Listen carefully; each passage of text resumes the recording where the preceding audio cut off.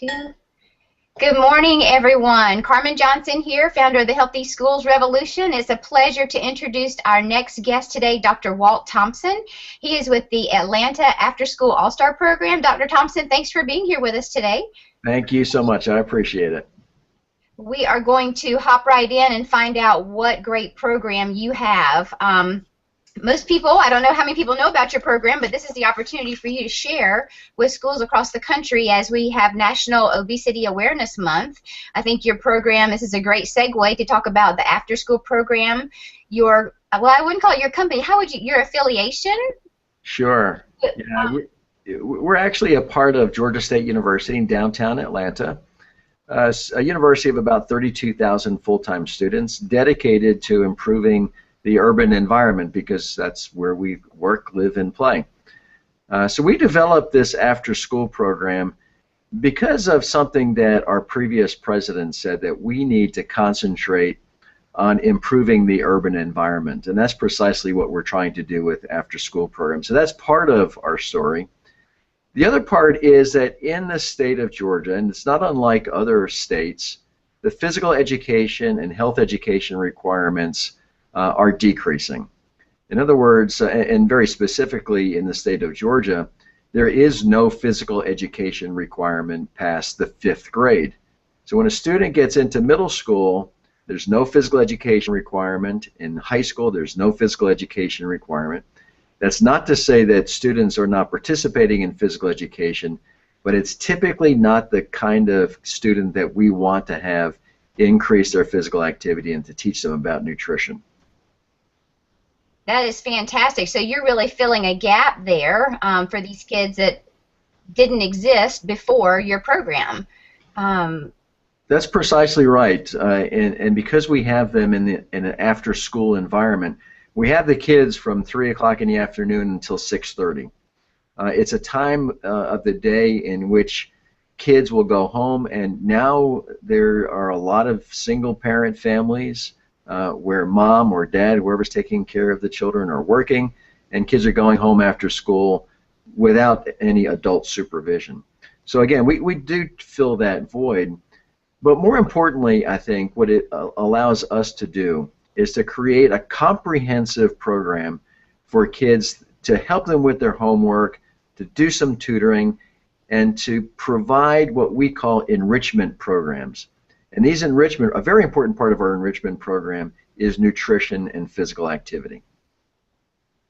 That's fantastic. And I was, as I was reviewing the website and sort of marinating on the things that your program does, number one, we need to let the audience know that this is, and correct me if I'm wrong, but as I read, it's for Title I schools that are 75% free and reduced lunch. Those are the schools, and this program is free to those schools that you I guess you decide have met the criteria for your foundation, correct? That's precisely. We target kids who come from families who can't otherwise afford after-school programs. And by the way, we do summer programs too. We can talk maybe a little bit about that a little bit later. But we do target middle schools, that's kids in grades 6, 7, and 8, between the ages of 10 and 14 years. It's as precisely as you said, we target kids with who come from families who can't otherwise afford after-school programs, and as you indicated, Title I schools. Now, in the city of Atlanta, although the threshold for Title I designation is 51% of the kids qualifying for free or reduced price lunch under federal guidelines, our schools, the schools that we're in, is not between 97% and 100% free or reduced price lunch.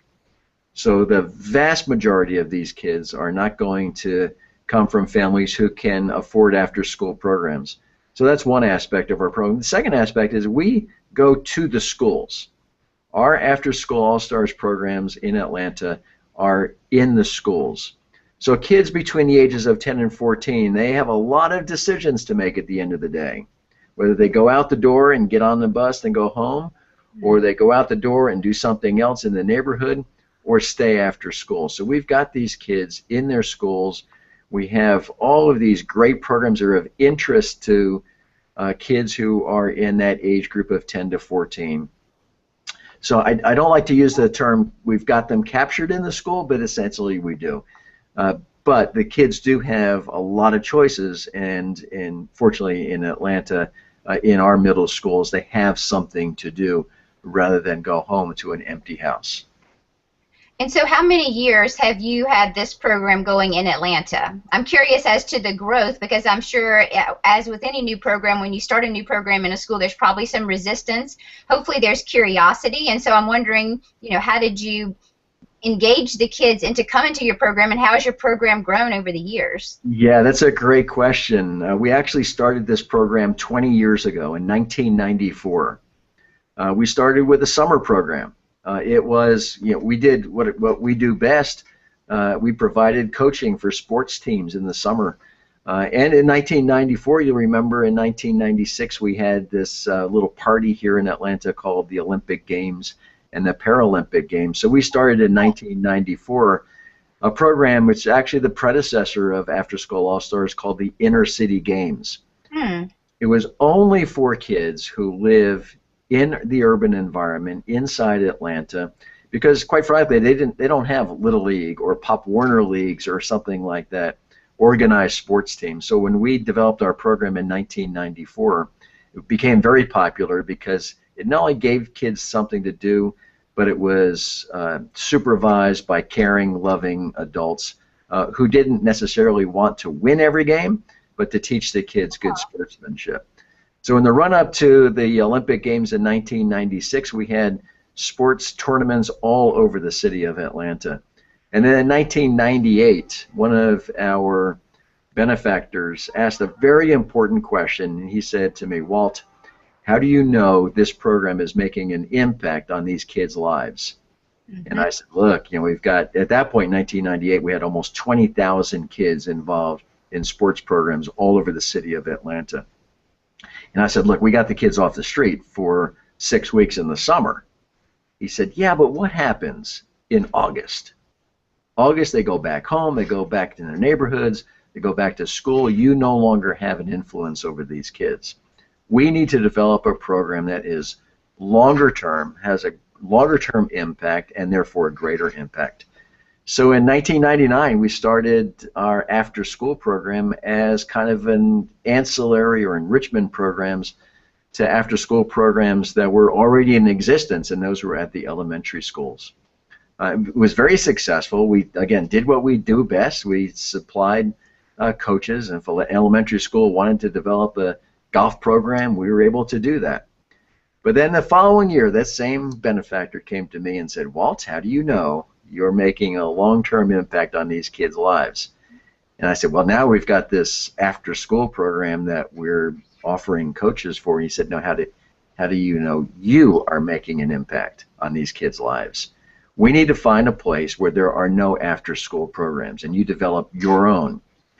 So in 1999, we went down the street from Georgia State University to one of our middle schools, King Middle School, and I talked with the principal there, Dr. Carolyn Huff, who became a great friend 15 years ago, and she's a great friend today. She's the principal at King Middle School. Okay. And she said, "This is the best place for us to develop a comprehensive after-school program for an age group that has been totally neglected." And that's the middle school kids between the ages of 10 to 14 years, grades 6, 7, and 8. There were no after-school programs in the city of Atlanta, and as we searched for a model across the country, we determined that there was no good model. In fact, there were no models for middle school after-school programs. So 15 years ago, we started our after-school program at King Middle School with 150 kids and about a $50,000 grant. And now, fast forward 15 years later, we have 23 different sites in Atlanta. We have 10 middle schools. We have 11 recreation centers and 2 homeless shelters, all with comprehensive after-school programs that include the vitally important nutrition and structured physical activity components. And so being in a system where I see most of the parents that I'm around have to pay for their after-school programs, whether it be in the public school or the private school. So this is a unique dynamic where you have funding. You guys have, as an entity, have gone out and gotten funding to support these programs, right? We've been very fortunate that we have been able to, over the years, identified folks that feel just like us. And that is, we need to provide something for these kids to do after school. The police, for example, in Atlanta came to us and said the greatest number of juvenile crime occurs between the hours of 3 and 6 p.m. Not only the perpetrators of crime, but also the victims of crime between the hours of 3 and 6 p.m. And they said to us, if you can keep them in school until 6 o'clock, then we bus them home. There's a parent there or some responsible adult, and that's precisely what we did. So our funders have really identified with that, not only the juvenile crime rate, but we've also been able to demonstrate over the years that our kids do better on standardized tests. And every state has a standardized test. They do better on standardized tests, and we focus on math, reading, English language arts. They have better grades in school, and they attend school more often than kids who don't participate. So our funders like that part too, because it's not only decreasing the rates of juvenile crime in the neighborhoods in which we have these programs, but it also is beneficial from an academic perspective because our program includes homework assistance and tutoring and enrichment programs along with nutrition and physical activity. So we've been very fortunate that the government has recognized, the state government has recognized the importance of these programs through the Division of Family and Children's Services. We have had a number of foundations, some very influential folks in Atlanta that fund our programs because they've seen that it takes sustained programming for kids to understand how important it is to stay in school. And then our third funding base, to be quite frank with you, are donations, gifts that are made to us that allow us to enhance our programs. A lot of grants have very specific things that they want to see accomplished. But these donations allow us to expand programs, to experiment with new project-based learning modules and other kinds of programs. So our donation base is incredibly important to us. So I'm thinking of this success model that you all have built and the fact that only these schools with the 75% free and reduced lunch qualify to have your program.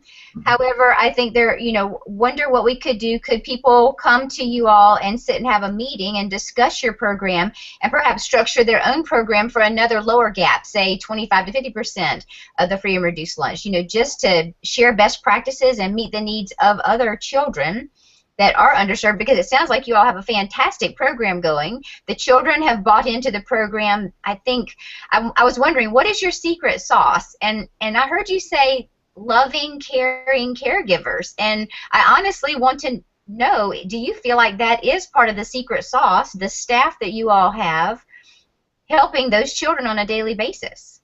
Yeah, of course, but our success is built on two things.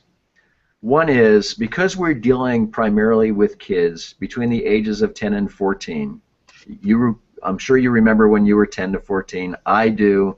I wish that I had had an after-school program when I was in middle school because I was not a good boy back then. So, so I remember those days. I wish I had some structure back then, but I didn't. Okay, yeah. But there's two things I think that make our program successful for this age group. One is that we build programs based on kids' interest. So they're age appropriate, they're culturally relevant, they're exciting for kids to do, and kids learn without knowing they're learning. So that's one part of it. We build the program around kids' interests, and I'll give you a specific example of that as I tell you the second part of our success. Our instructors, our teachers, come from the sites in which we have programs. So, for example, if Mrs. Jones gives Johnny math homework, right? Right. Who better to help Johnny with his homework than Mrs. Jones, right? Right. So we hire Mrs. Jones to help Johnny with his homework. So Mrs. Jones stays there virtually in her classroom, and Johnny comes to her after school. We pay Mrs. Jones to help Johnny with his homework. So it's from that perspective, the teachers love it because they don't have to teach the same material the second day when a kid doesn't do his homework. So those two things, we build our program based on student interest, and we build our program on teacher interest. Mm-hmm. Along with Mrs. Jones teaching math to Johnny, we also asked Mrs. Jones, what do you like to do outside of the classroom? Ah. And we've had all kinds of examples, from guitar playing to keyboarding to crocheting to sewing to golf. All of these different interests that teachers have are now, on the days they don't teach their subject matter, they're teaching something that they have an interest in. And I'll give you a really good example of this. We had a program at one of our middle schools where in our system, it's the assistant principal who deals out all the punishment. So when Johnny's bad in class, he goes to see the assistant principal, and the assistant principal suspends them, expels them, or whatever the punishment happens to be, to fit whatever it was that the child did. So we went to this assistant principal and said, what do you like to do outside of giving out punishment all day? He says, I'd love to play the guitar. I said, well, would you like to teach guitar to these kids? He said, I would love to teach guitar to these kids. The suspension rate in that school plummeted. It plummeted. Oh. Because these kids now, when this assistant principal was supposed to give out some punishment, he said, you're going to stay after school, but you're going to be in my guitar class. That's right. You're going to listen to me play my guitar. If it hurts your ears, too bad, and you'll behave next time, right? So he was able to teach these kids something that they were interested in, guitar playing, and the amount of punishments that he had to deal out plummeted in that school. So that's just an example. Let me give you an example of a program that some kids came up with. Yes. That is reading, social studies, math, history, all rolled into one. It's called Hip Hop Studio. Okay. Hip Hop Studio. You know, in Atlanta, it's the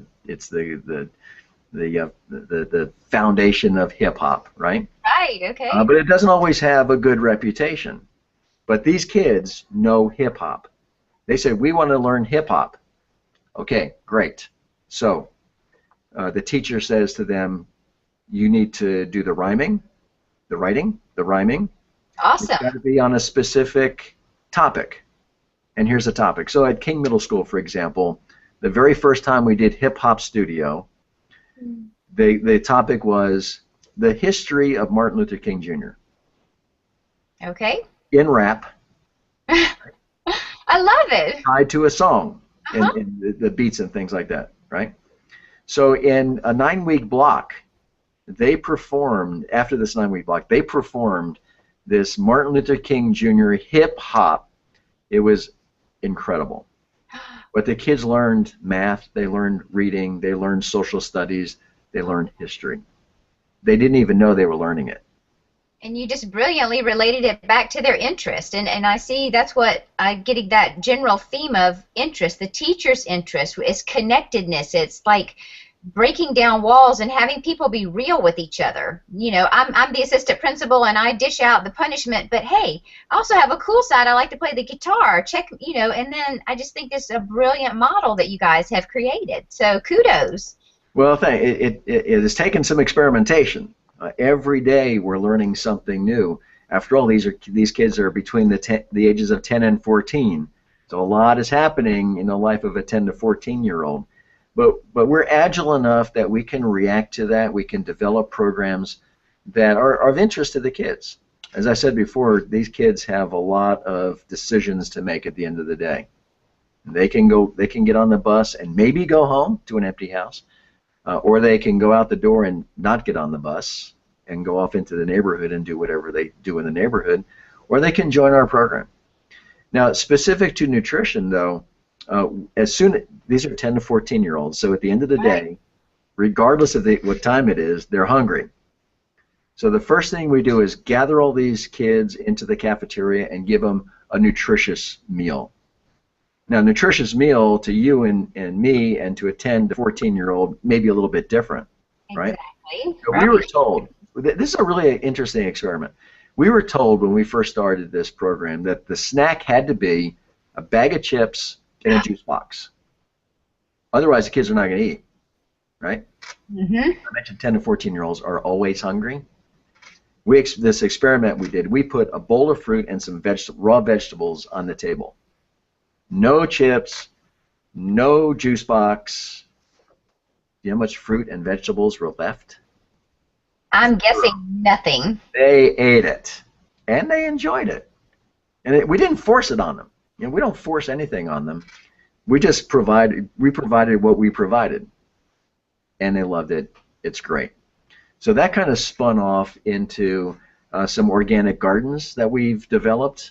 Some of these are 2- and 3-acre gardens that the kids plant, they maintain, they reap the harvest, and they're very proud when they bring these vegetables into the after-school program. And that's part of our nutrition program. Okay. The other thing that just happened this year is we had an opportunity. All of our children come from families who otherwise, well, they all qualify for a free reduced price lunch, so that gives you an idea of what their socioeconomic status is. We had the opportunity, and we just started this program 2 weeks ago, to provide a free supper meal to our kids. Oh, wow. So some people may say, well, you know, that's going a little overboard. Well, it's not, because these kids, remember where these kids live, right, what their socioeconomic status is, they're probably not going home to a hot meal. So we were given that opportunity, we took advantage of it, and now at all 23 of our sites, almost 3,000 children every day are getting not only the nutritious snack after school, but now they're getting a hot supper before they go home. Wow, that is fantastic, Dr. Thompson. Your whole program is just built on so many good sound principles, and now I'm wondering, as you're saying this, I'm like, well, administratively, how does this work?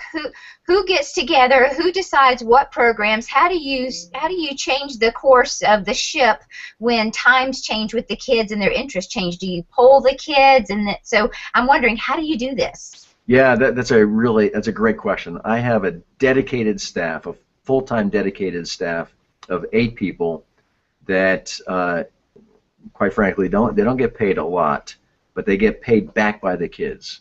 Oh.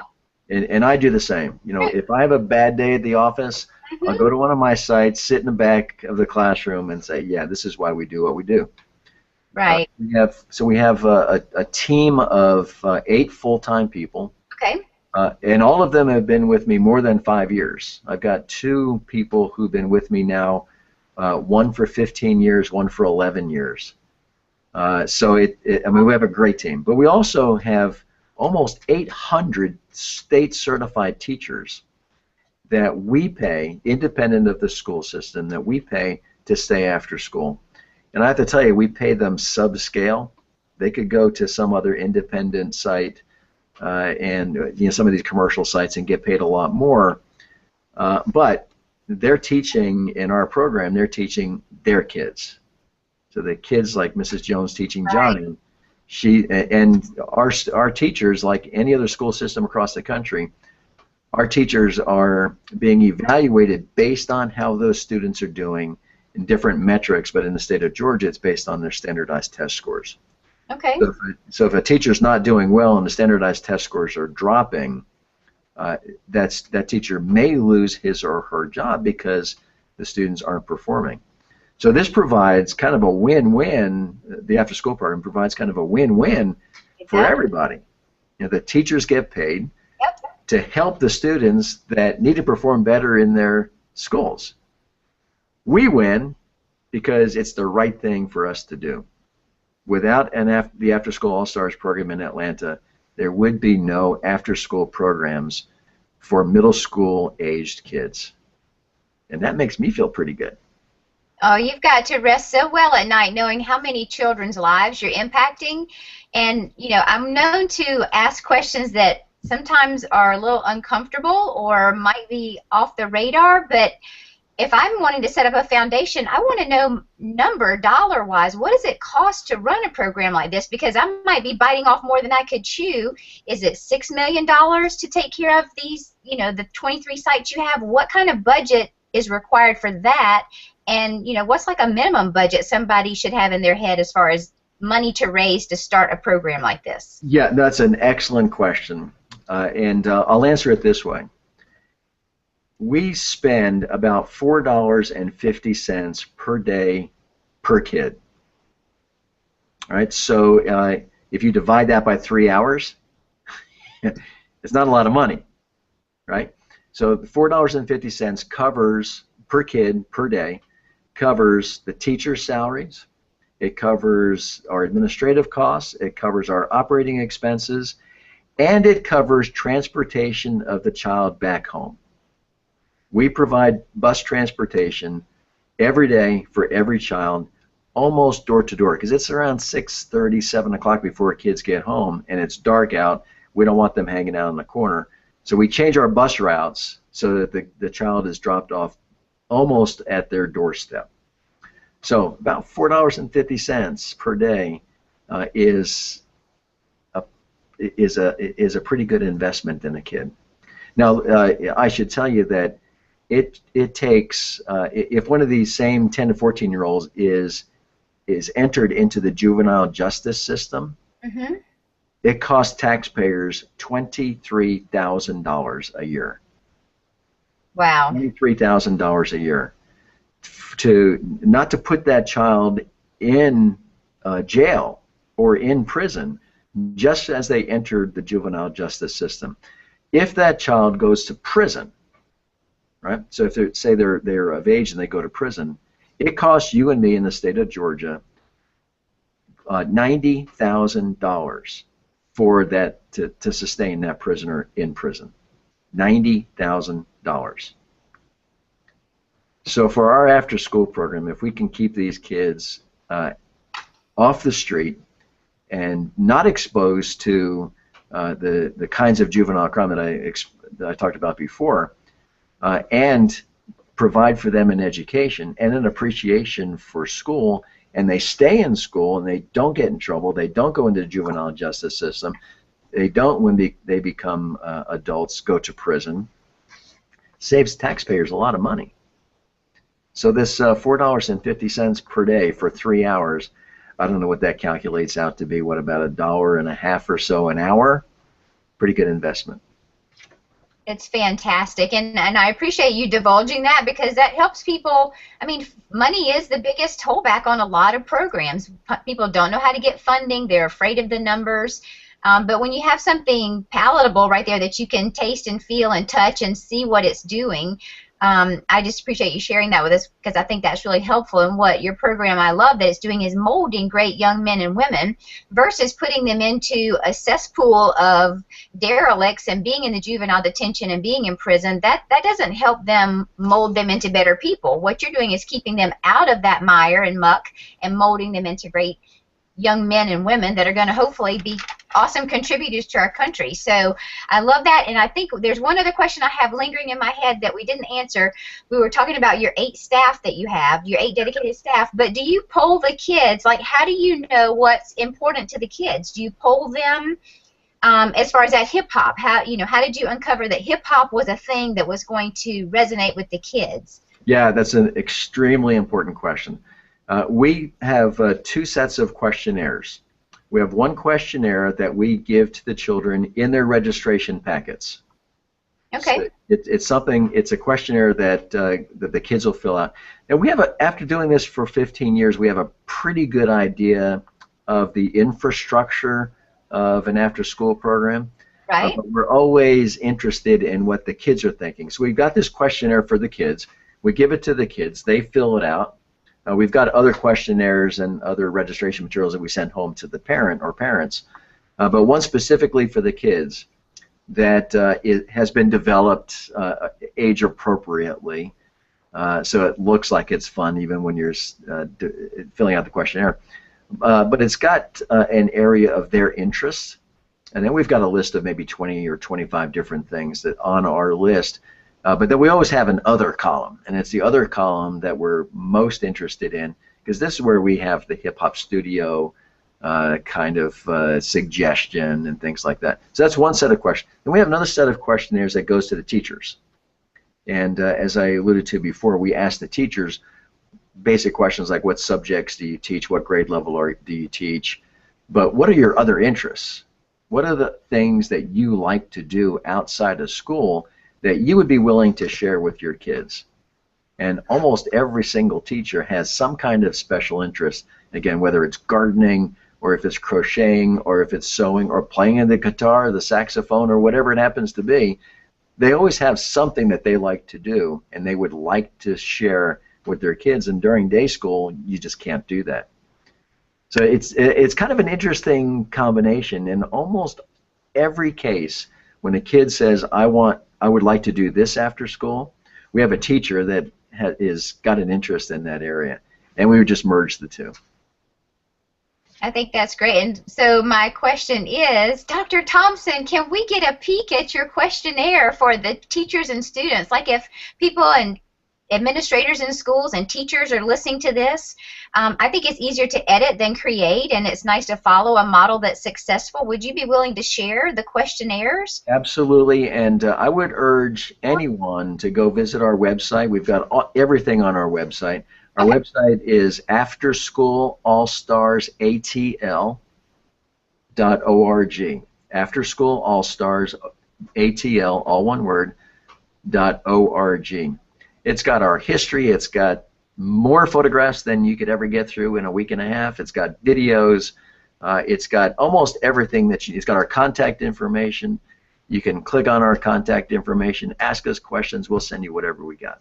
Oh, that is so generous of you, and I know you have a generous heart. That's why I felt safe in asking you that, and I know it's for the betterment of all the children, and there's so many more children that could be impacted. Other programs can follow your model, whether they're a paid program or a not paid program, but still figuring out how to successfully tap into the wants and needs of the students to keep them in the program is key to your success. So thank you for being willing to share that tool, and I will actually add a link in today's lecture. Everybody should see a link at the bottom where they can go right to your website and see what you guys are up to. Great. The last thing I know you said you wanted to talk about was, if we had some time, was to talk about your summer program. So we've talked about what you're doing after school, and if you'd like to share that, we'd love to hear what you're doing in the summer. Yeah, sorry, I didn't mention that in the description of our after-school programs, because it's evolving as well. I mentioned before, in 1994, we started the summer program. And in 1999, we actually abandoned the summer program in favor of putting our resources in the after-school program. Okay. But then again, about 7 or 8 years ago, we were approached by a foundation because they were interested in one specific school in one specific neighborhood in Atlanta to develop a summer program, and we did, and we found that it's very beneficial. You know, we've got some terms for this, brain drain and things like that happen during the summer. So we launched this summer program about 7 or 8 years ago, and the principal of the school told us that it was remarkable how much the kids had retained over the summer, just because they were engaged every day in our summer program. Okay. So fast forward again, from 7 years ago to today, we have 9 summer academies. We call them academies. Some might call them summer camps, but we call them summer academies. They start at 8 o'clock in the morning, and they finish at 6 p.m. That's a long day, but the kids will come at 8 o'clock, 9 different sites around Atlanta. They'll come at 8 o'clock in the morning. We feed them a hot breakfast. We typically will do some academic programs, a lot of project-based learning in the morning. We'll feed them a hot lunch. After lunch, then we will do what we call enrichment programs, which may be chess, which may be football, which may be baseball or softball or some other kind of activity other than academics. And then before they go home, we feed them supper. And we provide bus service in the morning, and we provide bus service in the afternoon. So that's a typical day of the week, except on Friday. Fridays are field trip Fridays. Oh, fun. And we have sent them all over the Southeast. We sent 5 of our summer academies on what we called college tours. Okay. Throughout the Southeast. For example, they went to LSU, they went to Florida State, University of Florida. Some of them ended up in Orlando. Had to spend at least one day with Mickey Mouse. But they also visited the University of Central Florida in Orlando, came up to the University of North Florida, over to Savannah State, and then back over to Atlanta. It's really important for these kids to know that they have a lot of choices in colleges and universities. So we send them to these colleges and universities. They meet with students on these college campuses who are from the same background as them, who look like them and can relate to them, and say, look, if you want to be a football player at LSU, you have to graduate from high school. You can't drop out in the 8th grade. It's much more impactful than for me in my suit and tie standing up in front of somebody, these kids, and saying, I'm a university professor, you need to do better in math. They don't listen to me. Exactly. Because they can't relate.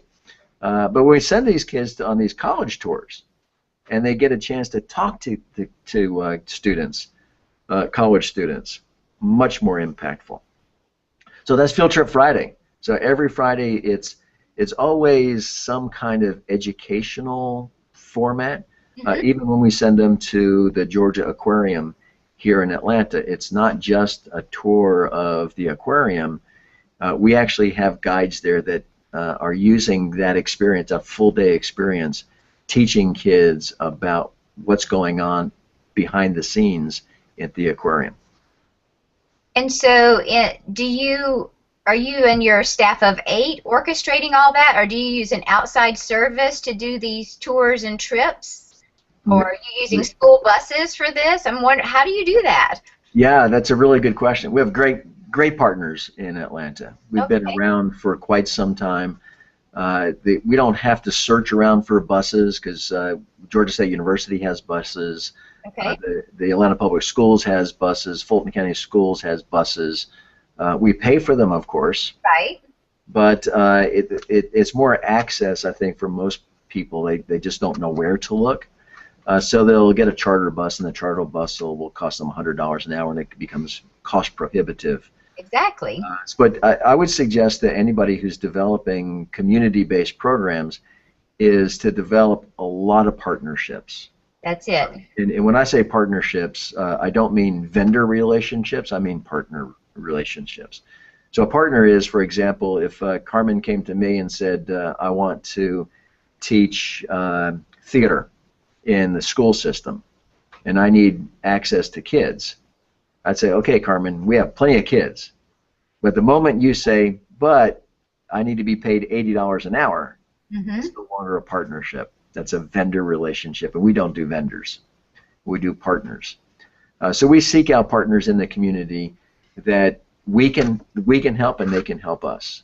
So I think that's part of the secret to success in keeping the costs low, is to have very significant partnerships, not vendor relationships. So when we send kids to the aquarium, for example, or we send them to see an Atlanta Falcons football game, or Atlanta Braves baseball game, or Atlanta Hawks or Atlanta Dream basketball game, we don't pay for tickets.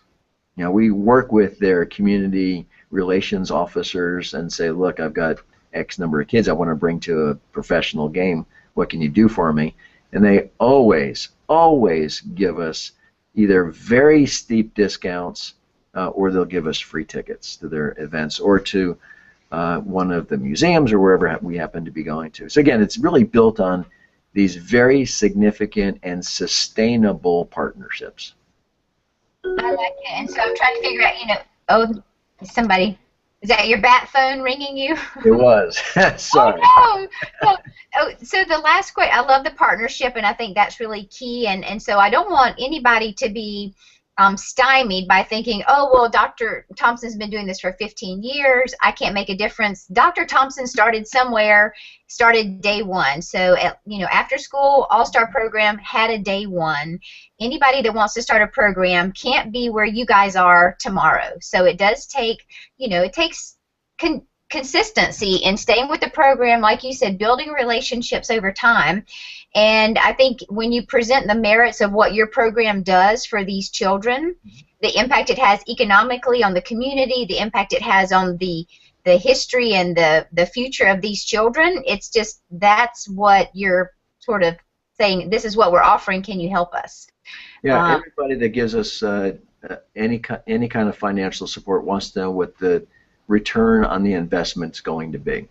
Okay.